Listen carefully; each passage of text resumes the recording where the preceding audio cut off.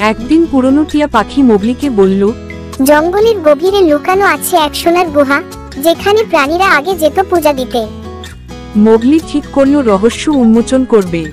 বাঘিরা ও বালুকে সঙ্গে নিয়ে মোগলি বের হলো নতুন অভিযানে। পথে দেখা গেল অদ্ভুত কাটা ঝোপ আর ফাঁদ। এগুলো বানিয়েছে শের খান, যাতে কেউ গুহায় পৌঁছাতে না পারে। শের খান চেয়েছিল গুহার ধন একাই দখল করতে। মোগলি লম্বা বাঁশ ব্যবহার করে ফাঁদ সরিয়ে দেয়। বাঘিরা তার তীক্ষ্ণ নখ দিয়ে পথ পরিষ্কার করে। বুদ্ধি আর সাহস দিয়ে তারা ফাঁদ ভেঙে সামনে এগোলো।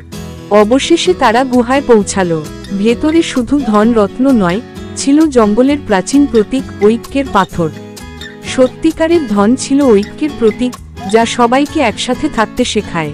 নৈতিক শিক্ষা, আসল ধন হলো বন্ধুত্ব আর ঐক্য। মোগলি বুঝল, ধন রত্ন নয়, আসল শক্তি হলো বন্ধু আর ঐক্য।